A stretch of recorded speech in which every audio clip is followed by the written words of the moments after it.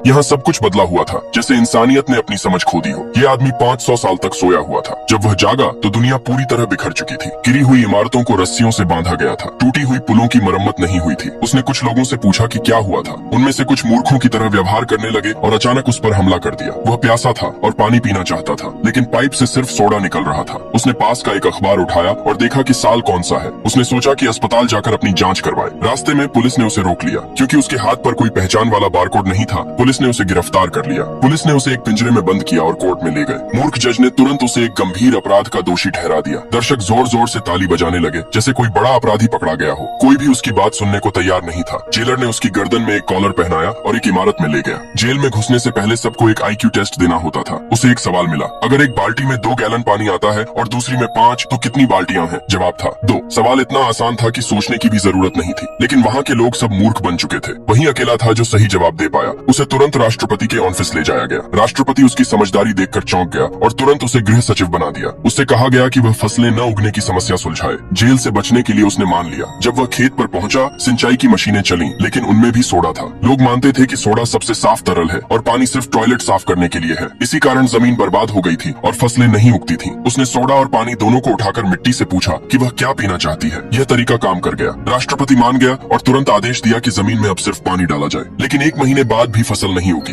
एक सुबह लाखों लोग उसके घर के बाहर इकट्ठा हो गए। वे सब सोडा कंपनी में काम करने वाले थे। उसकी सलाह की वजह से सोडा की बिक्री गिर गई थी और कई लोगों की नौकरियां चली गई थीं। उसे सजा देने के लिए राष्ट्रपति ने उसे अखाड़े में भेज दिया। वहाँ उसे 2 बख्तरबंद गाड़ियों से अकेले लड़ना था। सबसे खतरनाक समय पर एक स्क्रीन पर फसल उगने की वीडियो दिखी। सब लोग चौंक गए। राष्ट्रपति ने उसे तुरंत माफ कर दिया और उसे नया राष्ट्रपति बना दिया। क्या आज की दुनिया भी धीरे धीरे उसी रास्ते पर जा रही है?